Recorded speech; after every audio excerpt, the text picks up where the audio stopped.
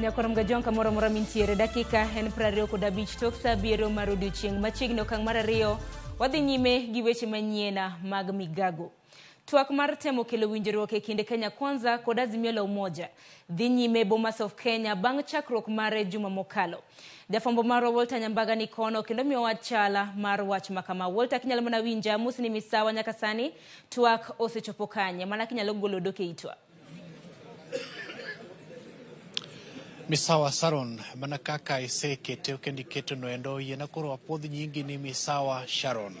Twak dhi nyime kendo nyaka chop seche gendi kweth ma Kenya Kwanza kanyakla kod mago mag Azimio la Umoja One Kenya Alliance oyudo thuolo mar bedo nyime kod twak kendo kibawangi gintiere gola matung kane kamo yedhi ne twak mabendo ta koda mane en jalup jatend piny machon moluor Kalonzo Musyoka kabende otayo twak e tenge mag Azimio to kod kwethgo mag Kenya Kwanza motelne kod jatend kweth mathoth e od bura Kimani Ichung'wah e kinde matwak makedo kod mani donjo odiochienge mar ariyo. Bed king'eyo ni twak mokwongo ne en bedo ka iketo lai matwak ni ibiro tago to kod gigo ma bende omi pek ki twak makedo kod mani. Odiochieng' ma kawuono jodito go ochopo kaendi ka gima oseyangore en ni giloso kamiti mar ji ang'wen mowuok e kweth ka kweth mago mag Azimio ka kweth mar Azimio motel kod kamiti mar ji ang'wen en Jeremiah Kioni mabende en jatelo mabende ni kod lemo e duond bura mar Jubilee ka bende bathe konchiel ma Kenya Kwanza Thiong'Kuli emomako lemo mar tayo moko kuom jogo ma jolony mabende osebedo ka somo jokweth mag twak endo e bath Kenya Kwanza kod rieko. Bed king'eyo ni twak maked kod mani gilero ne ute mag fwambo mana seche moko mabende okalo ni gino makoro gidhigo nyime kod bile wach en ni to gin gigo mage magidhi miyo mbi kata gidhi riedo mar lose mokwongo. Kweth mag Kenya Kwanza kata kamano osebedo ka olieko weche 10 to kod Azimio bendo riedo weche 10 e weche gi duto.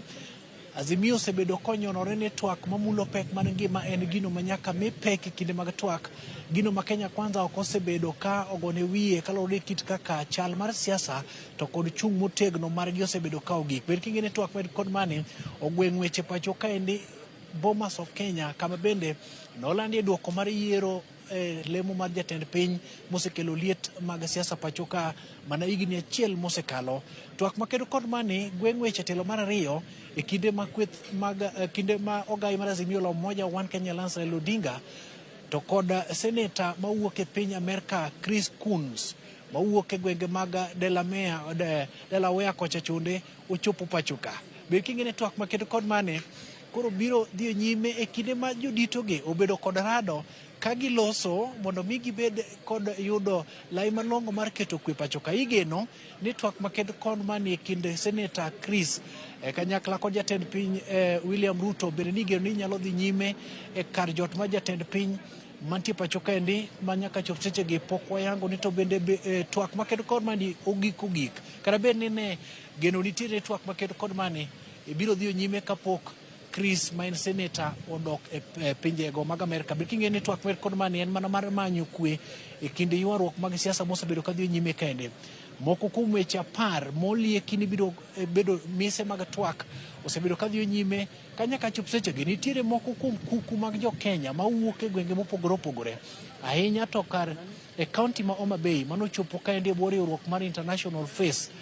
biro ka kod dwaro ni mondo pog kaunti no kendo bende losi chike moko mabiro chiwo thuolo maromre ne jogo mawuok e kuonde ma ojwang' tahinya kata mana dhoudi manok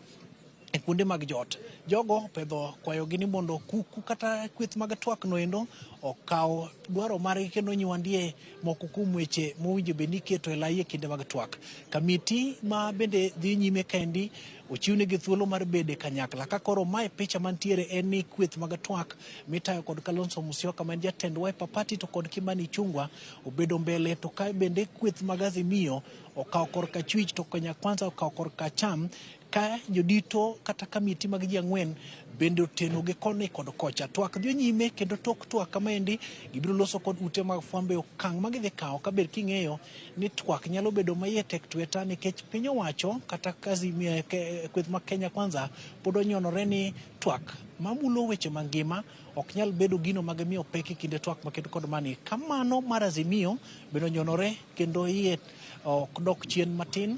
kalore kit kaka chenro makedo kod mani. Samoro geno nitiere ni twak monyocho bede kinde ogai mar Azimio la Umoja One Kenya Alliance Raila Odinga to kod seneta mabende lieko ni kanyo ni Chris Coons mawuok e pinyno mar Amerika e gwenge mag Delaware nyalo nyuolo lemo pacho kaende. Kachiel nyaka studio Chris Sharon. Erokamano ahinya Walter Nyambaga, wawinje yo makare kendo erokamano ahinya kuom kelonwa ler mar twak mabende chako odiochieng' ma kawuono e kar romo mano mar Bomas. Nyakwarom Gajwang' mano jafwambo marwa Walter Nyambaga. Odiochieng' ma kawuono biro bedo koluwonwa twak mar kwe mabende timore e odiochieng' ma kawuono e kar romo mano mar Bomas.